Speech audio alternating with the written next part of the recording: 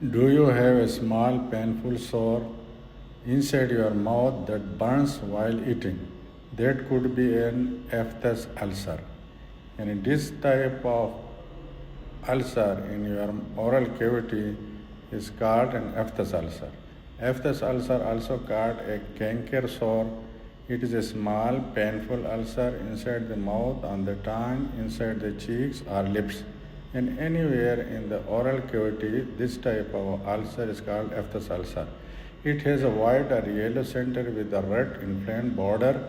It is not contagious, so it does not spread from person to person. Common causes include stress, mouth injury, vitamin B or iron deficiency, spicy or acidic foods, and low immunity.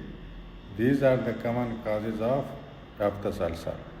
What we will do if there is Aphthous ulcer: rinse your mouth with salt water, avoid spicy food, use topical gels, and take vitamins if deficient. If the ulcer lasts more than 2 weeks, happens frequently, or is very painful, then consult a doctor.